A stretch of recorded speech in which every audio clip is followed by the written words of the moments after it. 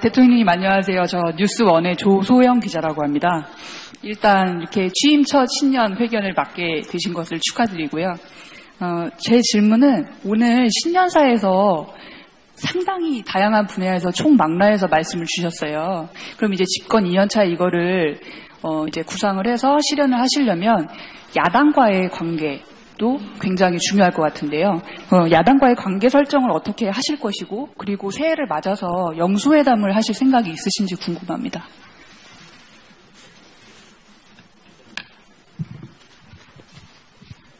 예, 지금 우리가 여소야대의 국면이기 때문에, 이 개혁을 위해서는 협치를 통해서, 야당과 소통하고 또 협력을 받아내는 것이, 대단히 중요한 것 같습니다. 새해에도, 진정성을 가지고, 여러 가지 소통하고 대화를 하면서, 야당과 협치해 나갈 수 있도록 최선을 다하겠습니다. 네.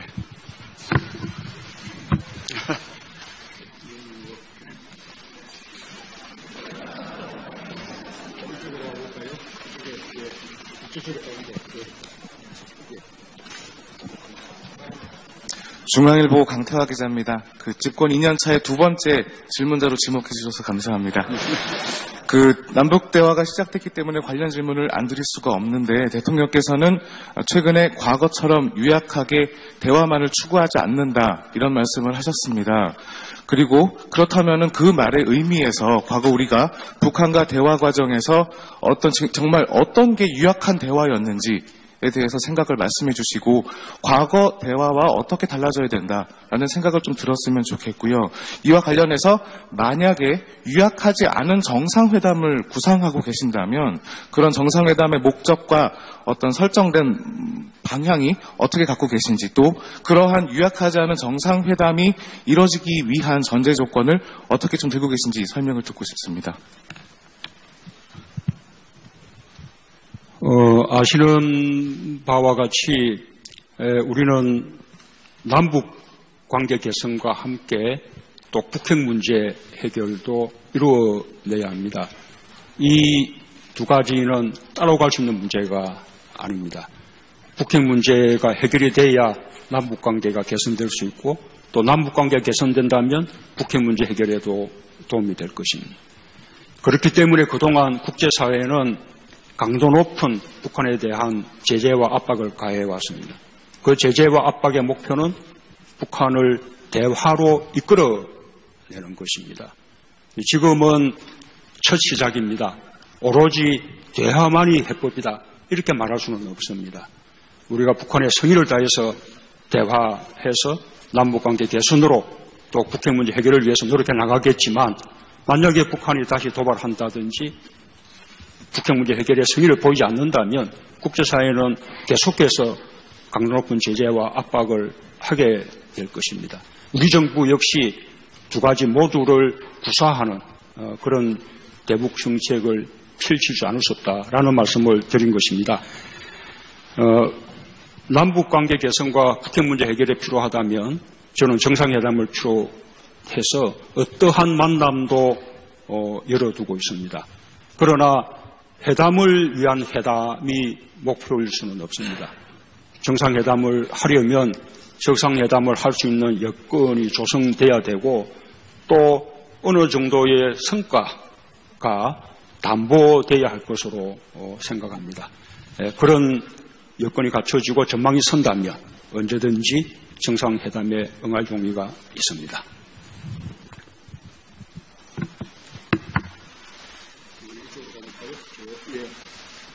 이쪽에서 방금 손 드신 분이요. 안녕하세요. 미국 ABC 뉴스 조주희 기자입니다. 조금 어려운 질문이 될 수도 있겠는데요. 미국은 한국에 가장 가까운 동맹 국가고, 또 북한은 한국의 형제 국가입니까? 그런데 미국 간 지금 양보 없는 대치 상황 속에서, 이전에는 한국이 위협받는 상황에서 미국이 한국을 도와주는 그런 포지션이었다면, 이제는 북한이 직접 미국을 겨냥하며 협박할 수 있는 그런 시대가 왔습니다. 근데 이게 양자택일을 할 수 있는 문제인지 모르겠지만, 일부 미국인들 사이에서는 미북 간 갈등 상황이 일어나면 한국은 어떻게 포지셔닝을 할 건지 궁금해하는 미국인들이 꽤 많습니다. 거기에 대해서 대통령께서 어떻게 생각하시는지 한 말씀 해주시죠. 저는 안보에 관해서 한국과 미국은 오랜 동맹국가이기도 하지만 또 안보에 관한 이해를 함께 공유하고 있다고 생각합니다. 북한의 핵과 미사일에 대해서 위협을 느끼는 것도 한국 또 미국 마찬가지입니다. 그래서 한미 양국은 대단히 긴밀하게 공조하면서 북한 핵 문제에 대응해 왔습니다. 또 그러면서 아까 말씀드린 대로 강도 높은 제재와 압박을 국제사회와 함께 나가면서 그러나 그 궁극의 목표는 북한을 대화로 이끌어내서 외교적인 해법을 강구하는 것이다라는 것을 분명히 했습니다. 이제 미국이 주도했던 제재와 압박 거의 효과일 수도 있습니다. 남북 간의 대화가 시작되었습니다. 이 대화를 남북관계 개선의 계기로 삼고 나아가서는 또 북핵 문제를 대화를 통해서 해결하는 그런 계기로 이렇게 발전시켜 나가려고 합니다. 그에 대해서 미국과 아무런 이견이 없다. 그래서 미국도 이번 남북 대화에 대해서 전폭적으로 지지하면서 이것이 북핵 문제 해결에도 도움이 되기를 바란다는 뜻을 함께 표명을 하고 있는 것입니다.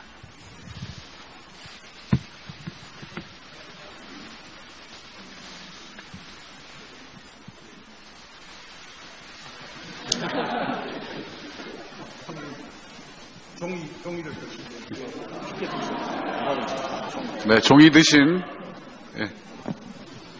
네, 충청 대표 언론 디트니스 24의 유재민 기자입니다. 대통령께서는 그 지방 소멸이라는 단어를 들어보셨습니까? 지방 소멸이요. 지방 그 소멸. 수도권 집중화로 인해서 그 지방의 인구가 감소하고 일자리가 줄어드는 그 위기 속에서 나오고 있는 말인데요. 그래서 그 지방분권 개헌을 하자는 건데요. 지방분권 개헌을 한다고 하더라도 모든 문제들을 다 해소할 수는 없다고 생각합니다. 그래서 그 대안으로 나오는 것들이 이제 권역 정부라든가 아니면 압축도시 이런 것들이 대안으로 제시가 되기도 하는데 지방이 골고루 잘 살 수 있는 지방분권 어떻게 가야 될지 여쭙겠습니다.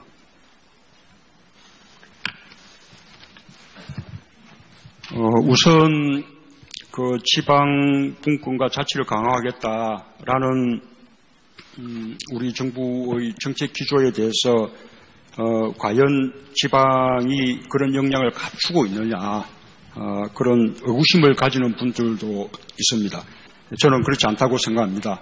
지금 지방정부들은 충분한 역량을 갖추고 있고 오히려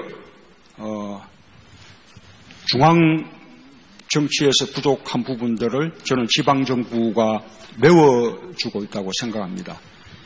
지방 정부가 단순한 행정사무의 어떤 한 부분을 이렇게 자치하는 데서 넘어서서 재정, 조직, 인사, 그리고 복지에 대해서도 자치권과 분권을 확대해 나간다면 지방정부는 주민들을 위해서 보다 밀착하면서 많은 일들을 할 수 있을 테고 그것은 또 지방을 균형 있게 발전시켜주는 길이기도 합니다. 그렇게 된다면 누구나 다 서울로 수도권으로 이렇게 몰려드는 현상을 억제하면서 지방이 피폐해지는 또 공동화되는 그런 길을 근본적으로 막을 수 있다고 생각합니다. 예, 지금 정치 분야 3개가 계속되다가 우리 지방 쪽에서 질문이 나왔기 때문에 계속해서 정치 외교 안보 쪽 질문을 3개 더 받겠습니다.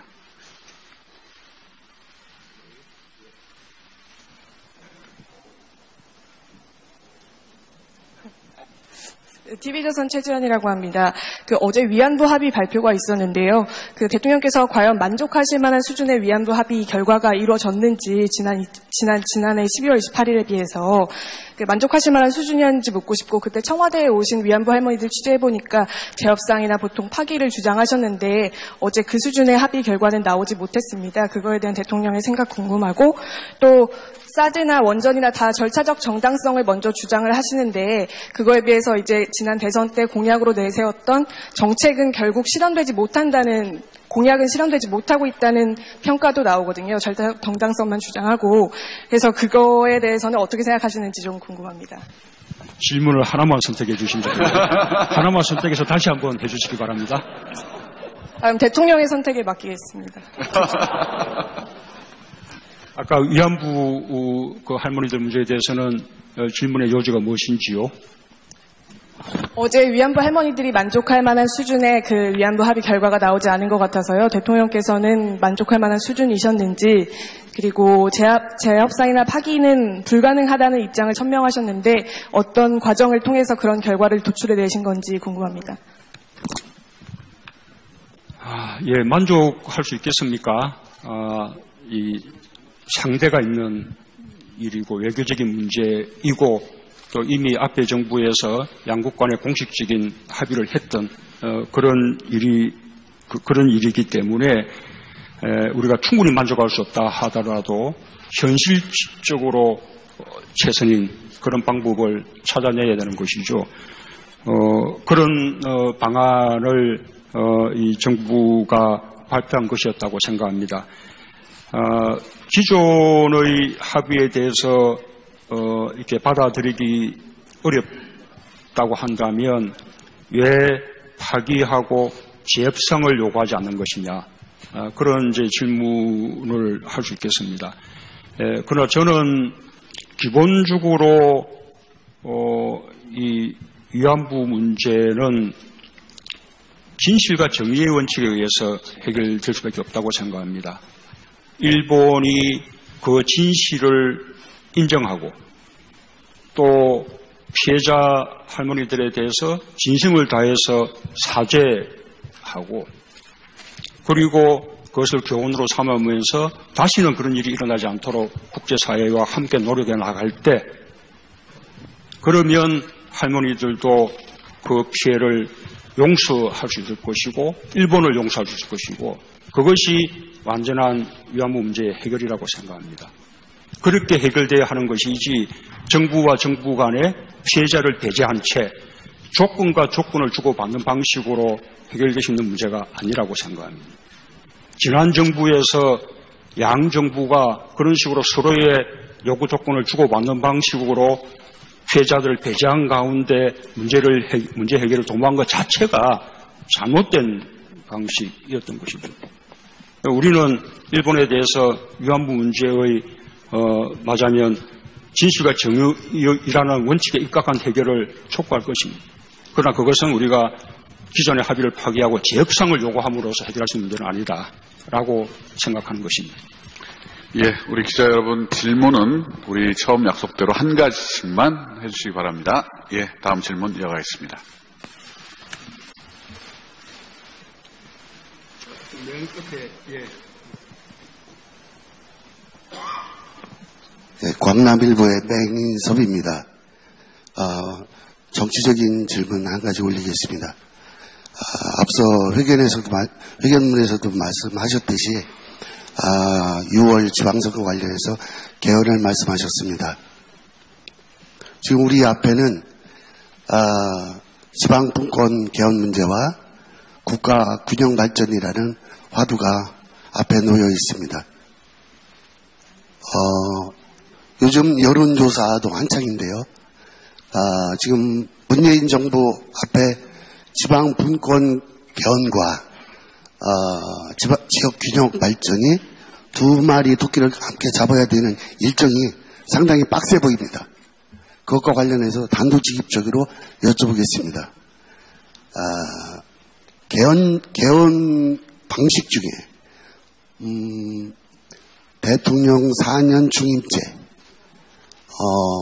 분권형 대통령제, 총리와 대통령이 권한을 나눠받는 분권형 대통령제, 의원 내각제, 앞으로 빡센 일정을 전제로 해서 대통령께서는 어느 형태를 선호하시는지요? 저는 과거 대선 기간 때부터 제 개인적으로는 대통령 사념 중임제가 가장 바람직한 어떤 방안이라고 생각한다는 것을 말씀드린 바 있습니다. 아마 국민들께서도 가장 지지하는 방안이 아닌가 생각합니다. 다만 그러나 저는 제 개인 소신을 주장할 생각이 없습니다. 개헌을 할 수 있어야 되기 때문에 개헌안에 대해서는 국회의 3분의 2 찬성을 받을 수 있어야 하고 또 국민투표에서 통과돼야 합니다. 그래서 국회가 동의하고 또 국민들이 지지할 수 있는 그런 어떤 최소 부모들을 찾아내는 것이 필요하다고 생각합니다. 그런 어떤 최소 부모 속에 지방분권 개헌은 너무나 당연하다고 생각하고요. 또 국민들의 기본권을 확대하는 개헌도 저는 당연한 일이라고 생각합니다. 중앙 권력 구조를 어떻게 개편할 것인가라는 부분은 말하자면 많은 의견들이 있을 수 있는 그런 부분입니다. 그 부분에 대해서는 가장 지지받을 수 있는 방안을 찾아낼 수밖에 없는 것이고 만약에 그 부분에 대해서 하나의 합의를 이뤄낼 수 없다면 그 부분에 대해서는 또 개헌을 다음으로 미루는 그런 방안도 생각해야 할 것이라고 생각합니다. 어떤 선에서 우리가 합의를 이룰 수 있을 것인지 국회와 긴밀하게 더 협의해 나가겠습니다. 예, 정치 외교 안보 분야 일단 1라운드 마지막 질문입니다.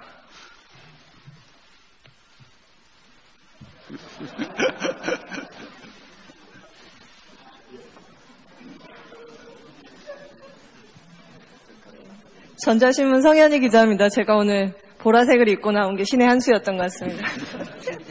네, 질문하겠습니다. 그 지방선거 전후로 해서 단행된 청와대와 2기 내각 구성 방향에 대해서 구상하시고 계신 바 있으면 좀 듣고 싶고요. 그리고 한 가지만 더 하겠습니다. 올해 경제 성장률 3%대 전망하고 있지만 사실상 글로벌 평균 성장률은 4%잖아요. 그래서 격차가 계속 벌어지고 있는데요. 혁신성장 분야에서도 사실 소득주도 성장에 비해서 문재인 대통령의 어떤 문재인표 정책이 뚜렷하게 보이지 않는다라는 지적도 좀 있는 것 같습니다. 오늘 그 신년사에서도 창업 지원하고 그리고 스마트 시티 등을 얘기를 하시긴 하셨는데 사실 그건 지난 정권에서도 좀 다뤘던 의제이기도 하고요. 그래서 혹시 장기적으로 좀 대한민국의 성장을 동인해 나갈 구체적인 묘안이 있으신지 궁금합니다. 예, 뭐 그 부분은 저보다 우리 정책실장께서 답변하셔야겠는데 우선 앞에 성장률 부분을 이야기하자면 이제는 우리가 이 상당한 이 경제 성장을 이미 이룬 상태이기 때문에 지속적으로 고도 성장을 해 나가기는 어렵다고 생각합니다. 이 세계 평균 성장률이 우리의 목표가 될 수는 없는 것이고요. 우리가 이제 OECD 국가들 가운데서 우리가 상위권의 성장률을 유지할 수 있다면 저는 그것은 뭐 만족할 수 있다고 생각합니다. 이제는 2% 또는 3%대의 성장을 말하자면 우리의 새로운 어떤 그 노멀한 상태로 받아들여야 하지 않을까 생각하고요. 우리의 잠재 성장률을 최대한 높여서 실제 성장률을 잠재 성장률과 부합하게 만드는 것이 목표라고 생각합니다. 그렇게 본다면 우리 지난해에는 지금 3.2% 정도 성장률을 이루었을 것이라고 지금 잠정적으로 판단하고 있는데 새해에도 3% 정도 성장은 지속할 수 있지 않을까 그렇게 생각합니다. 그리고 앞으로 계속해서 성장해 나갈 수 있는 뭐 산업정책 이 부분은 우리 정책실장님 설명을 하시겠습니까?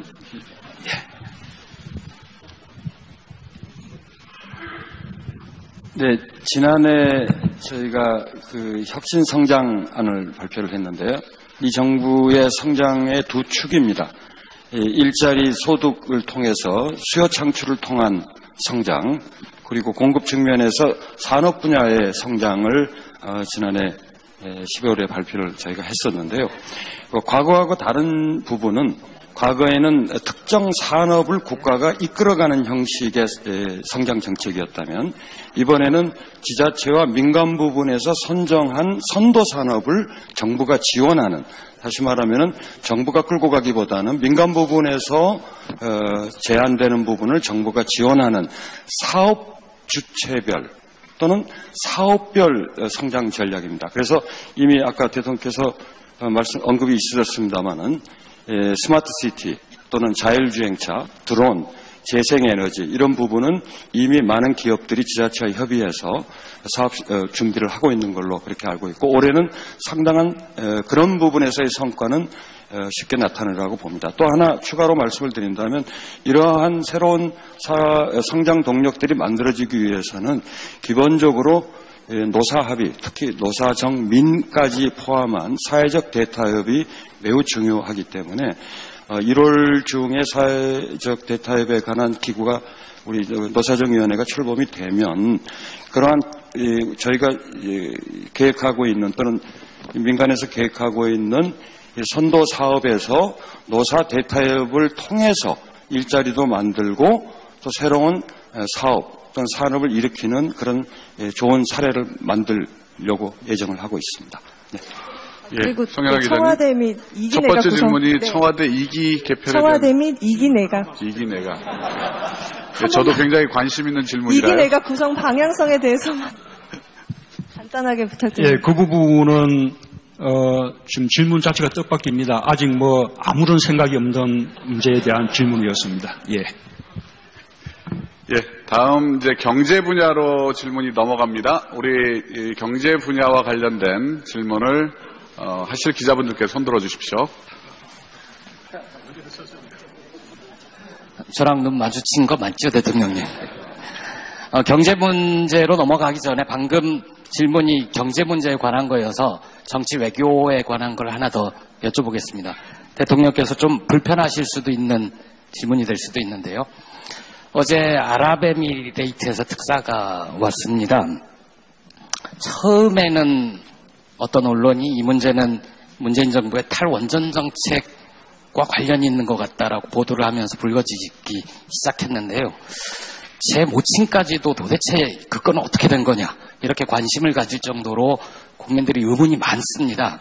특히 외교 상대가 있는 외교 문제이고 그리고 그 나라가 왕정국가라는 특성상 모든 것을 다 공개하기 힘들 수도 있을 텐데 제가 궁금한 거는 국민들의 안전, 생명을 위협할 정도의 국민들이 모르는 이전에 어떤 협정이 있었는가, 그리고 어제 만남에서 그런 협정 부분에 수정이 가해졌는가, 가해지지 않았다면 앞으로 어떻게 하실 계획인지 답변 부탁드립니다.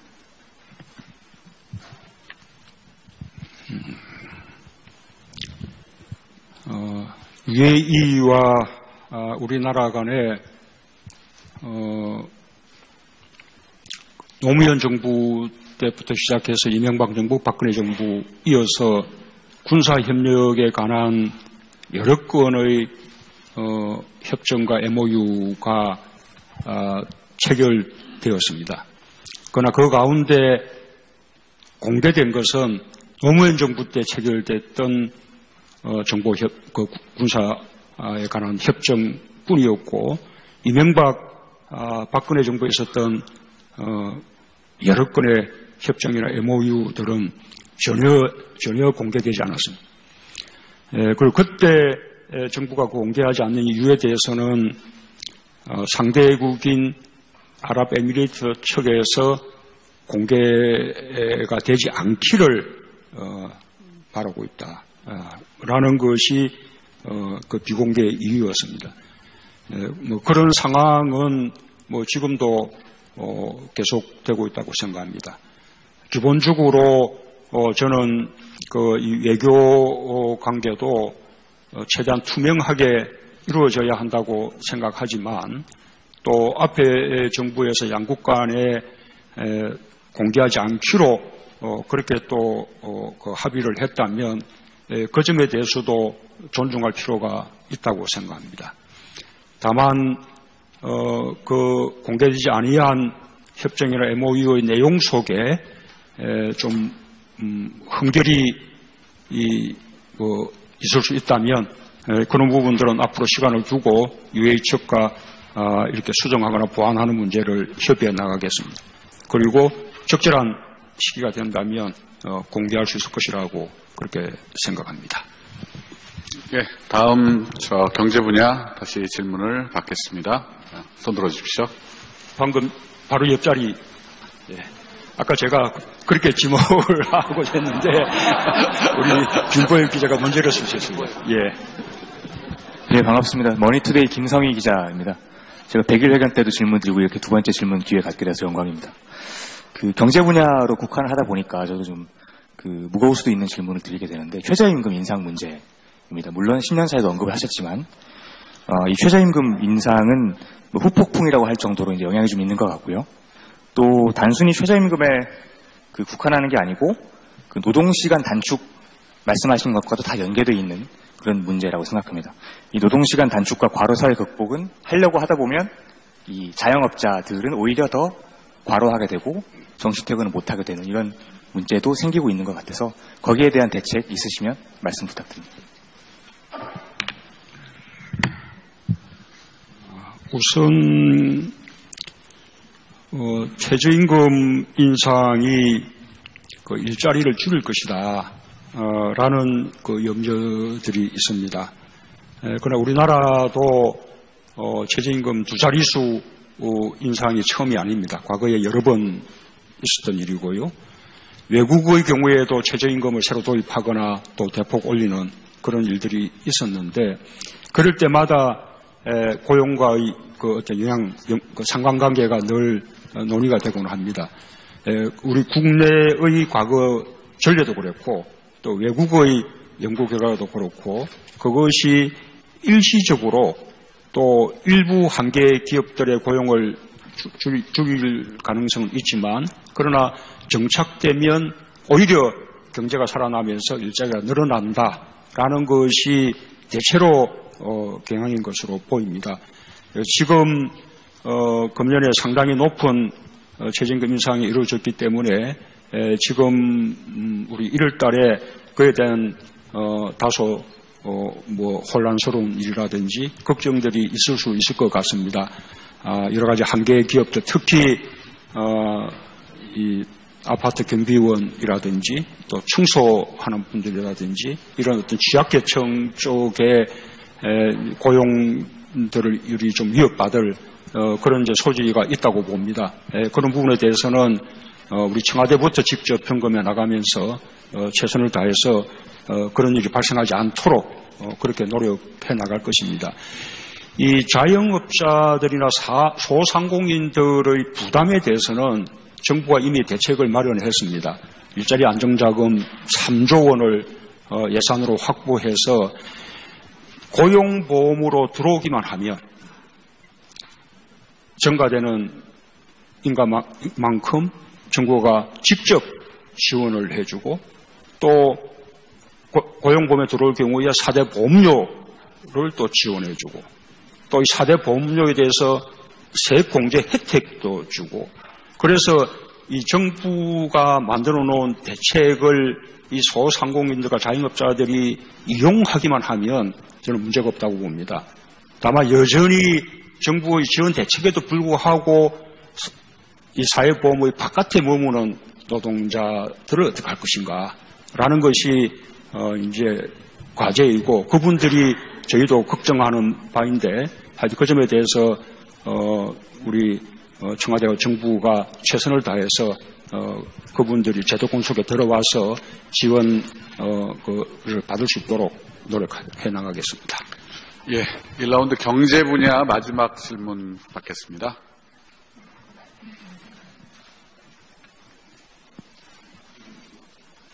대통령님.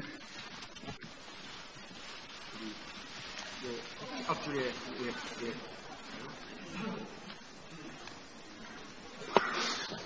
안녕하세요. Moon 대통령님.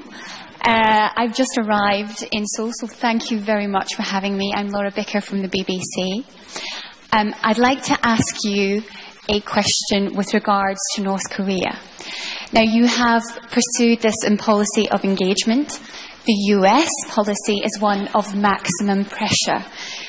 Is there not a potential for a flashpoint between those two policies, and how will you deal with it? Thank you. 대통령님 안녕하십니까? 저는 서울에 부임한 BBC 로라 비커라고 합니다. 저는 북한에 관련해서 질문 드리고 싶은데요. 한국은 관여 정책을 추구하고 있습니다. 하지만 미국은 최대 압박 제재를 추구하고 있습니다. 어느 단계에서는 이 두 개의 정책이 부딪히는 때가 오지 않을까 싶은데요. 그런 시기가 오면 어떻게 이것을 다루실지 대통령님의 생각 궁금합니다. 예. 한국의 그 대북 관여 정책과 미국의 압박 정책이 충돌했을 경우에 이게 다를 경우에 어떻게 대통령께서 정책을 취하실지에 대한 질문입니다. 예, 우리가 현실적으로 가지고 있는 고민입니다.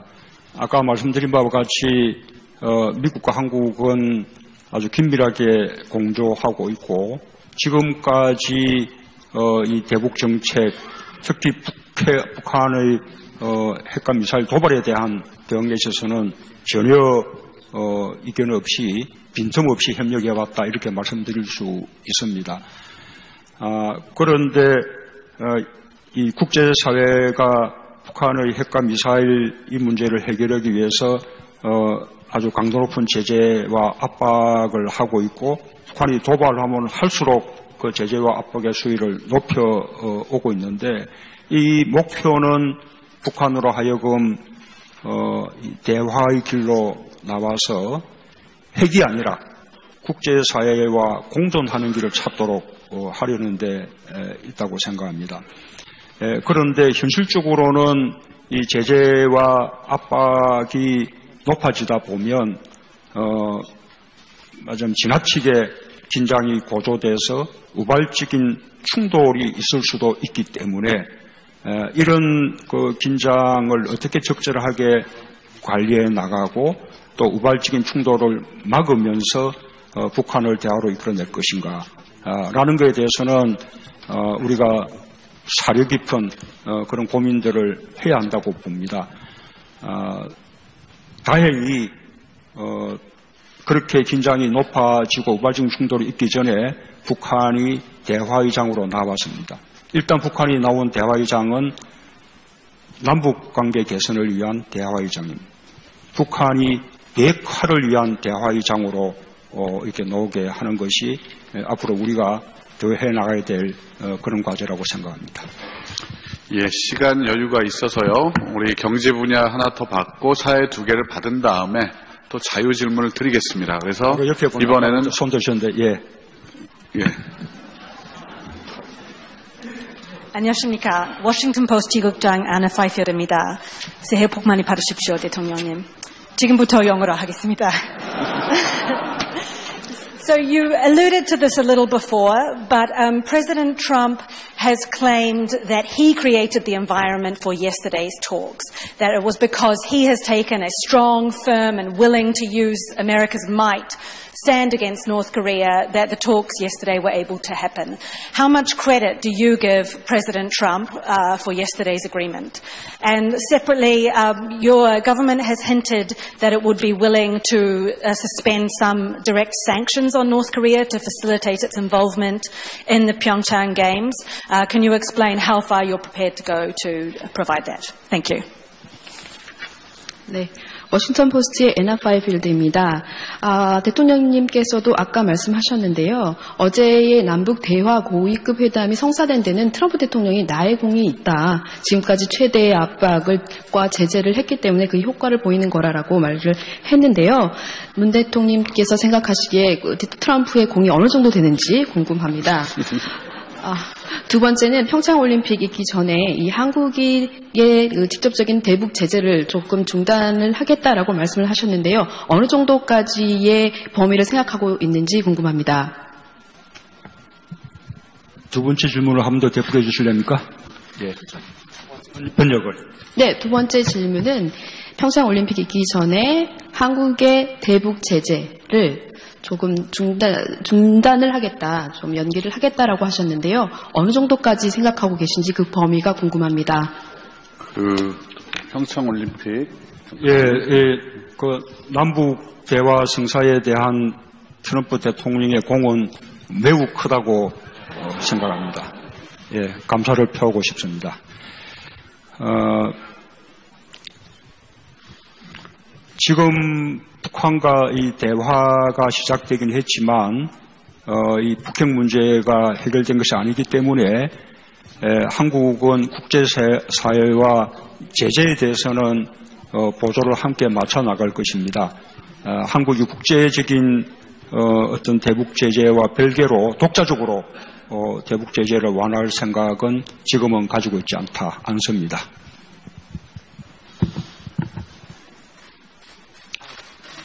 네, 사회 올림픽, 평창 올림픽과 관련된 내용 또는 사회 분야, 문화 분야 질문 주십시오.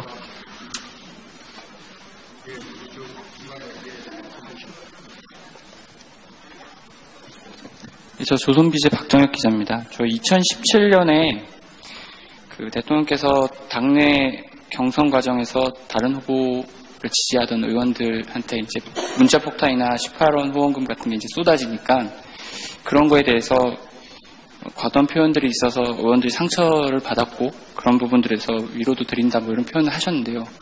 사실 제가 이 얘기를 거창하게 드린 이유는 기자들이 이제 기사로 표현을 할 때 최근에 이제 대통령의 아니면 정부 정책에 대해서 비판적인 기사를 쓰면 댓글들에 굉장히 많은 안 좋은 댓글들이 달리는 경우가 많은데요. 지지자분들께서 좀 보내시는 그 격한 표현이 많이 있는 것 같습니다. 대통령께서 그런 부분들에 대해서 어떻게 생각하고 계신지, 그리고 그 격한 표현들이 있다면 그 지지자분들께 어떻게 표현을 좀 했으면 좋겠다라고 전하실 말씀이 있으신지 궁금합니다. 그래야 좀 편하게 기사를 쓸 수 있을 것 같아서. 예.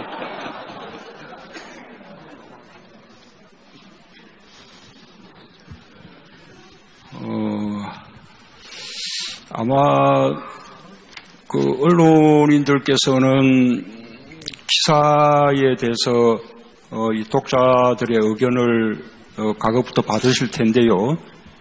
지금처럼 그렇게 활발하게 많은 이렇게 댓글을 받거나 하는 것이 조금 익숙하지 않은지 모르겠습니다. 그러나 저희 이제 정치하는 사람들은 정치하는 기간 내내 우리 제도 언론의 이런 비판들뿐만 아니라 그런 인터넷을 통해서 또는 문자를 통해서 댓글을 통해서 많은 그 공격을 받기도 하고 비판을 받아왔지요. 그래서 그런 부분들에 대해서 익숙해 있고 저는 아마 대한민국에서 저보다 많은 그런 악플이나 이 문자를 통한 비난이나 여러 가지 트윗이나 그렇게 많이 당한 정신이 없을 거라고 생각하는데 그냥 저와 생각이 각은 다르건 상관없이 그냥 유권자인 그 국민들의 그냥 의사표시다. 그렇게 받아들입니다. 저는 기자님들께서도 그런 부분에 대해서는 좀 담담하게 그렇게 생각하시면 되지 않을까 싶습니다. 너무 그렇게 예민하실 필요는 없지 않은가 그렇게 생각을 합니다. 예.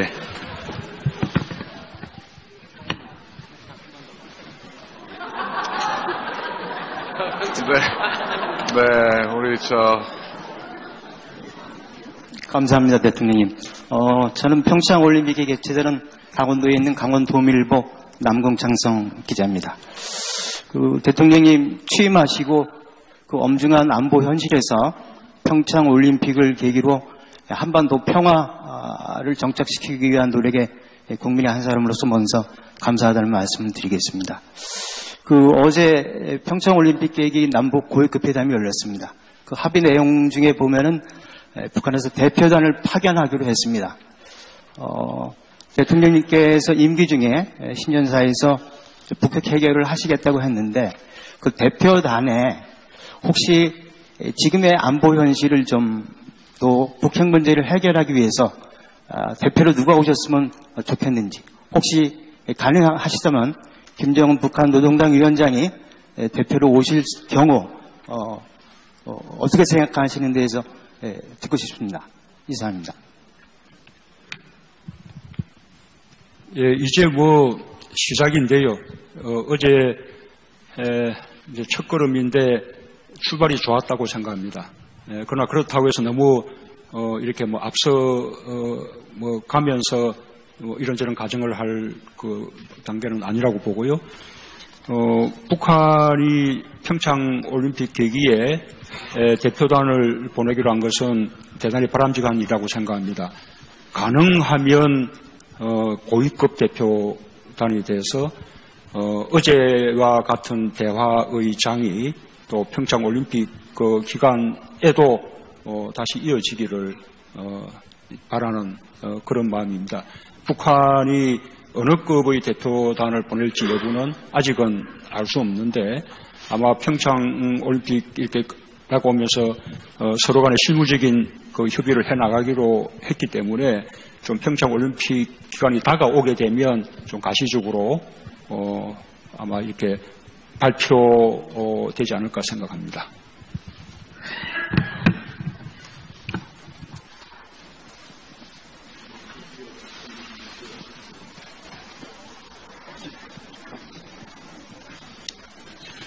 예, 감사합니다. 저는 대전일보 송충원이라고 합니다. 개헌에 관련해서 좀 여쭤보고 싶은데요.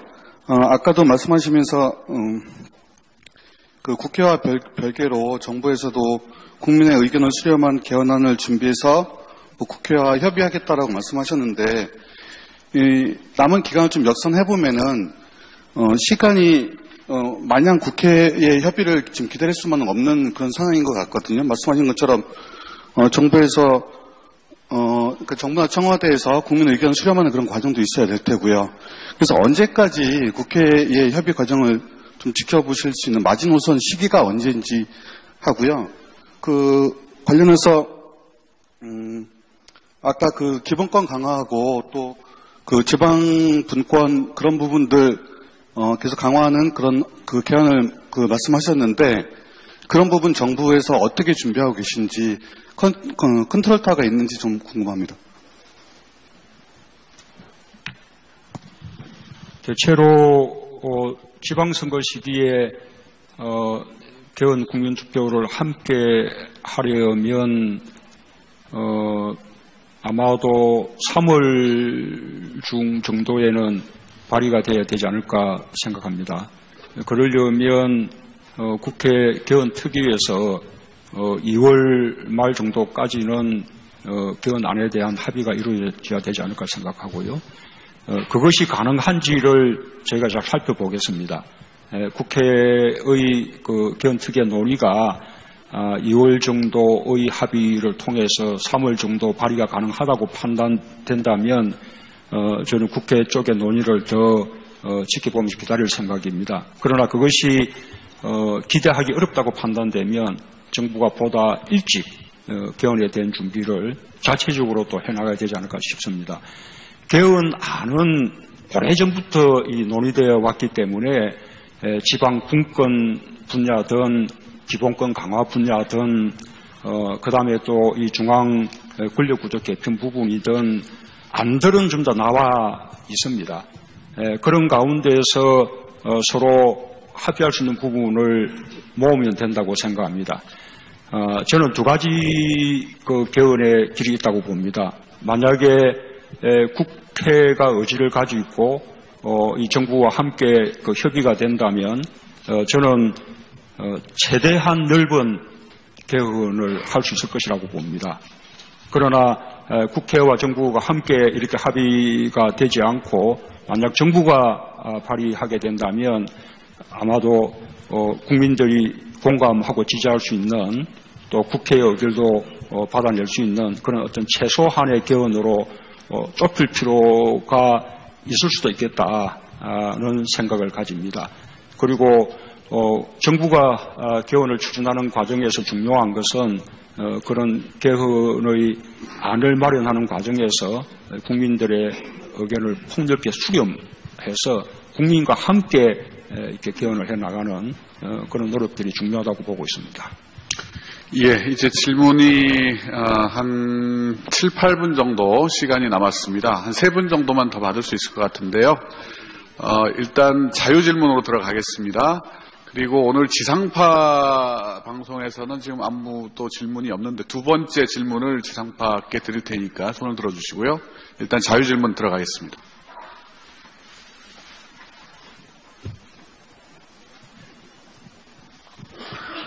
JTBC 이성대 기자라고 합니다. 남북 관계에 대해서 다시 한번 질문을 좀 하고 싶은데요.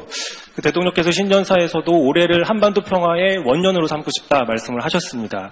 또 아까도 말씀하셨지만 어제 남북 고위급 회담이 이제 시작이다라고 말씀하셨는데 앞으로 남북 관계에 있어서는 개성공단 재개나 또는 금강산 관광 재개, 또 나아가 오이사 조치 같은 문제들이 있는데 이런 문제들을 과연 올해 안에 적극적으로 푸실 생각이 있는 건지, 만약에 있으시다면 미국 측과의 어떤 긴밀한 조율들도 필요할 텐데 이런 관계들을 어떻게 풀어나가실 건지에 대해 좀 구체적인 보관 같은 거를 듣고 싶습니다.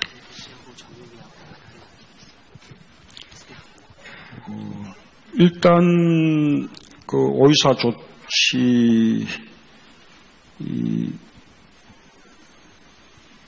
중에서 어떤 경제적인 교류 부분, 그리고 또 개성공단, 금강산 관광 이런 부분들은 지금 이제 국제적으로 이루어지고 있는 제재, 특히 유엔 안보리가 결의한 제재, 그 틀 속에서 판단하지 않을 수 없을 것 같습니다.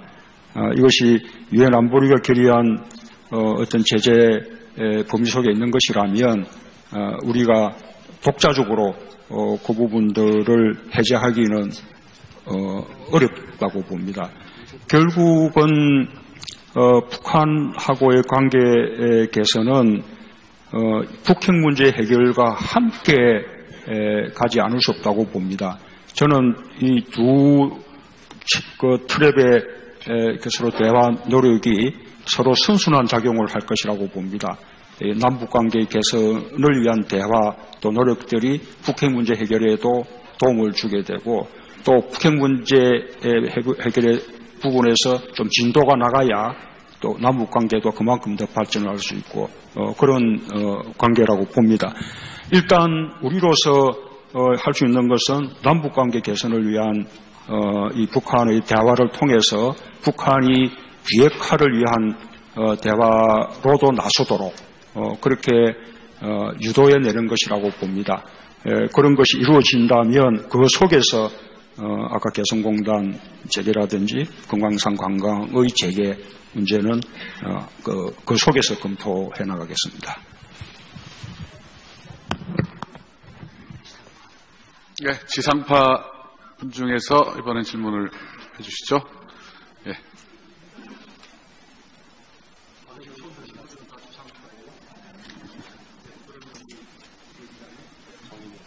네. 네, SBS 정유입니다. 어제 발표하신 위안부 합의 후속 조치 관련해서 한 가지 간단히 여쭙겠습니다. 일본이 출연한 10억엔 과연 정말 할머니들의 요구대로 일본에 반환할 수는 없는 건지, 10억엔을 앞으로 어떻게 해 나가시겠다는 건지 좀 구체적으로 말씀 부탁드립니다. 우선은 위안부 할머니들의 이 상처를 치유할 수 있는 또 그리고 그분들 위로할 수 있는 치유 조치가 필요한데 할머니들이 받아들이지 않는 그 한일 간의 합의에 의해서 일본이 출연한 돈으로 그런 치유 조치가 이루어지고 있다는 사실을 할머니들은 받아들일 수가 없는 것입니다. 그래서 우리 정부는 할머니들에 대한 치유 조치는 우리 정부의 돈으로 하겠다는 것입니다. 기왕에 이루어진 지출들도 다 우리 정부의 돈으로 대체하겠습니다. 그러면 이미 그 치유금을 받은 할머니들도 떳떳할 수 있을 것이고 또 아직 받지 않은 할머니들도 이제는 떳떳하게 돈을 받을 수 있을 것이라고 생각합니다. 그러면 일본이 출연한 10억엔은 어떻게 할 것이냐? 저는 그 부분에 대해서는 일본과 또 우리 그 할머니들과 또는 시민단체들과 이렇게 앞으로 조금 협의해 나갈 필요가 있다고 생각합니다. 만약에 그 돈이 위안부 문제를 해결할 수 있는 어떤 좋은 그런 목적으로 사용될 수 있다면, 그리고 그 사용에 대해서 일본과 우리 위안부 할머니들 또 시민단체들이 또 동의한다면 저는 그것도 하나의 바람직할 수 있다고 생각합니다.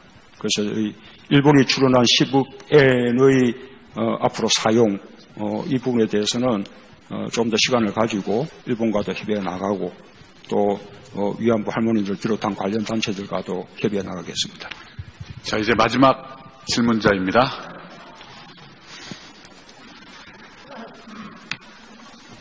마지막입니다. 예, 뭐 오늘은 골고루 여러 분야에서 다 질문을 해주셨습니다. 대통령님 마음대로 골라주십시오.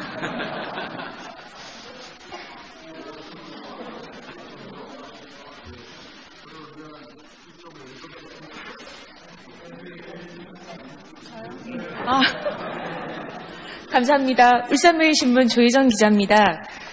대통령님께서는 그 약속을 꼭 지킨다는 그런 소신을 강조하고 계신데요.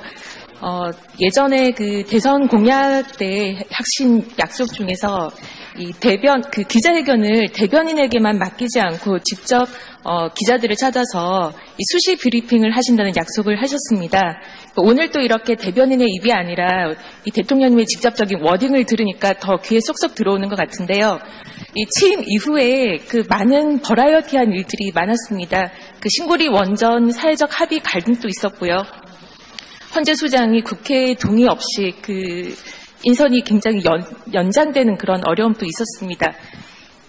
지금까지 일어난 많은 발생한 일들이 수시 브리핑을 할 만한 사안이 아니었는지, 그동안 없었는지, 혹시 대통령님께서 기자들과 직접적인 수시 브리핑을 하고 싶었지만 우리 정치공학상 우리 참모진들의 만류가 있었는지도 궁금하고요. 앞으로 어떤 사안에 대해서 수시 브리핑을 하실 의향이 있으신지 여쭙고 싶습니다.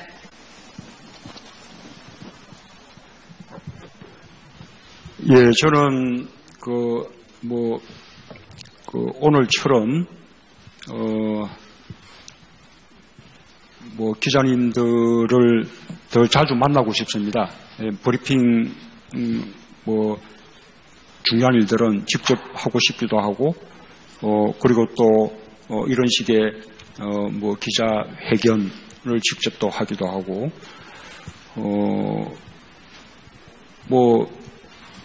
그런데 또